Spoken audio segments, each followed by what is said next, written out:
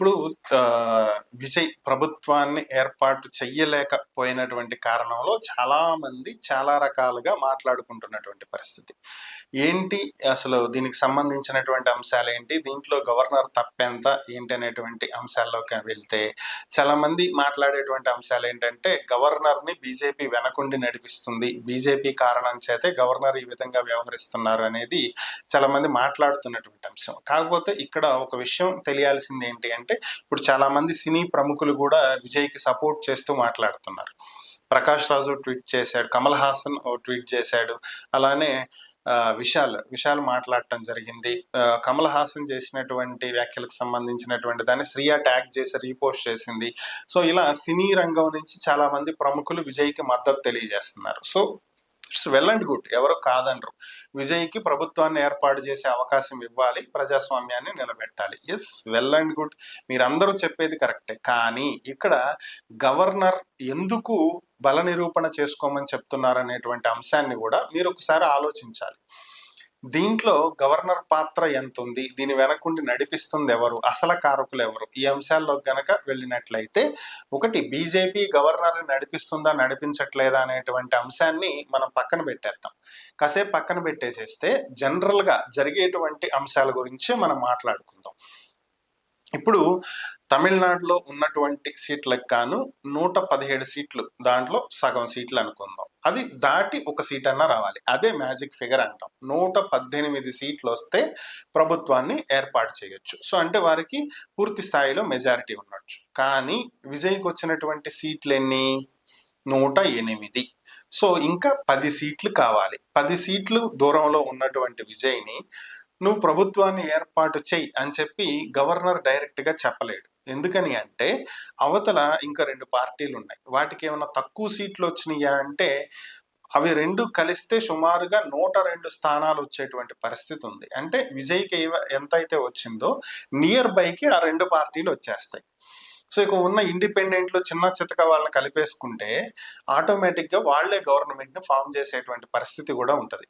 So DMK AIADMK కలవటం అనేది సాధ్యం అయ్యేటువంటి అంశం అయితే కాదనుకోండి. అసాధ్యం అనలేము. రాజకీయాల్లో శాశ్వత శత్రువులు శాశ్వత మిత్రులు ఉండరు. దానికి మన కళ్ళ ముందే ఉన్నటువంటి బెస్ట్ ఎగ్జాంపుల్స్ చూసుకుంటే గతంలో వాజ్పేయి గారు ఉన్నటువంటి సమయంలో మమతా బెనర్జీ బీజేపీ కలిసి పోటీ చేసినాయి పశ్చిమ బెంగాల్లో. ఆ టైంలో ఎన్డీఏలో వాజ్పేయికి కావాల్సినటువంటి మెజారిటీ తగ్గితే మమతా బెనర్జీ సపోర్ట్ చేసి ఆయన్ని పిఎం సీట్లో కూర్చోబెట్టింది. మరి ఈ రోజు మమతా బెనర్జీ పరిస్థితి ఏంటి, బీజేపీ పరిస్థితి ఏంటి? ఒకప్పుడు BJP candidate Atal Bihari Vajpayee PM సీట్లో కూర్చుంటానికి ఎంతో సపోర్ట్ చేసినటువంటి మమతా బెనర్జీని ఈ రోజు బీజేపీ పక్కన పెట్టింది. ఈ రోజు ఆమె ఓటమిలో కీలక పాత్ర పోషించిందే బీజేపీ. అక్కడ దాకెందుకు, మన ఏపీ తీసుకోండి.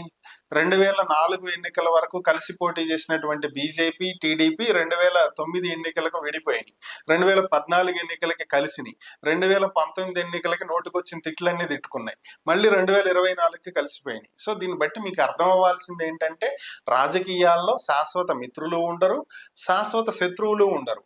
అవసరాలకి తగ్గట్టుగా కలిసిపోతారు.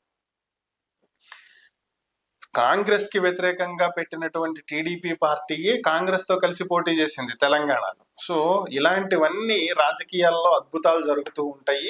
సో దాంట్లో భాగంగానే డిఎంకే ఏఐడిఎంకే కలిసినా ఆశ్చర్యపోవాల్సినటువంటి అవసరం లేదు. కాకపోతే ఎంజీ రామచంద్రన్ డిఎంకే నుంచి బయటకు వచ్చే ఏఐడిఎంకేని స్టార్ట్ చేశారు డిఎంకేకి వ్యతిరేకంగా.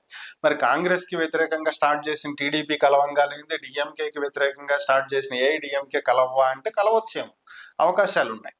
అయితే మరి గతంలో ఇలాంటి సిచ్యువేషన్స్ ఏం రాలేదా? మరి గవర్నర్ ఎందుకు దీన్ని ఇచ్చేస్తున్నారు?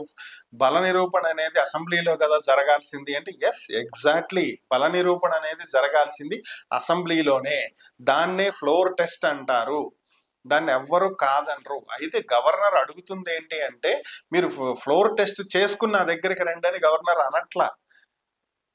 నేను సింపుల్ గా చెప్పాలి అంటే సో అండ్ సో వ్యక్తిని, సరే విజయ్నే అనుకుందాం, ఇదిగో విజయ్ గారిని సీఎం క్యాండిడేట్ గా శాసనసభ పక్ష నేతగా ఎన్నుకోవటానికి నేను ఒప్పుకుంటున్నాను, నా పూర్తి మద్దతు తెలియజేస్తున్నాను అని చెప్పి సంతకాలు పెడతారు ఒక పేపర్ మీద.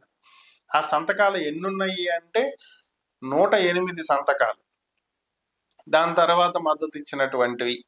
సో ఈ మొత్తం కలిపితే 110. ఇక మిగిలినటువంటి 6 సంతకాలు ఎక్కడ? మ్యాజిక్ ఫిగర్కి తక్కువగా ఉంది కదా. సో ఆ సంతకాలు ఉంటే మీరు ప్రమాణ స్వీకారం చేసేయండి. తర్వాత ఫ్లోర్ టెస్ట్ చేసుకోండి. ఫ్లోర్ టెస్ట్లో ఈ సంతకాలు పెట్టిన వాళ్ళందరూ ఓటేస్తారా, తూచి బాయ్ అంటారా అనేది సెకండరీ మ్యాటర్. అది కనీసం నాకు ఆ సంతకాలు చూపించండి అని అడుగుతున్నాడు ఆయన. దాంట్లో తప్పు లేదు. ఎందుకు అంటే దీనికి సంబంధించి మనం గతంలో ఉన్నటువంటి పరిస్థితులు కనుక ఒకసారి చూసినట్లయితే 2017 సంవత్సరంలో గోవాలో జరిగినటువంటి సిచ్యువేషన్ ఇది. గోవా ఎన్నికల సమయంలో ఆ టైంలో సిచ్యువేషన్ ఏంటి అంటే 2017లో మనోహర్ పారికర్ ప్రభుత్వాన్ని ఏర్పాటు చేశాడు. సో అప్పట్లో ఎవరికి సరైనటువంటి మెజారిటీ లేదు. సింగిల్ లార్జెస్ట్ పార్టీగా వచ్చినటువంటి బీజేపీ ప్రభుత్వాన్ని ఫామ్ చేయాలనుకుంటే కాంగ్రెస్ని ప్రభుత్వాన్ని ఏర్పాటు చేయనివ్వకుండా చేయటానికి బీజేపీ అక్కడ చక్రం తిప్పి ప్రమాణ స్వీకారానికి ఆహ్వానించిన తర్వాత సిచ్యువేషన్ని చేంజ్ చేసింది బీజేపీ. తమకి ఫుల్ మెజారిటీ రాకపోయినా, మ్యాజిక్ ఫిగర్ దాటకపోయినా సరే ఎమ్మెల్యేలు నైట్కి నైట్ మార్చేసి ఓవరాల్గా బీజేపీ గవర్నమెంట్ ఫామ్ చేసింది. ఇక కర్ణాటక విషయానికి వచ్చినట్లయితే 2018 సంవత్సరంలో కర్ణాటకలో యడ్యూరప్ప ప్రభుత్వాన్ని ఏర్పాటు చేయాల్సి ఉన్నటువంటి నేపథ్యంలో ఫుల్ మెజారిటీ లేదు, ఫ్లోర్ టెస్ట్ నిర్వహించాలని చెప్పి నైట్కి నైట్ సీన్ మారిపోయి కర్ణాటక జేడీఎస్తో చేతులు కలిపి అక్కడ గవర్నమెంట్ని ఫామ్ చేసింది. ఇది అందరికి చూసినటువంటి అంశాలు ఇవన్నీ నేను మాట్లాడేవి.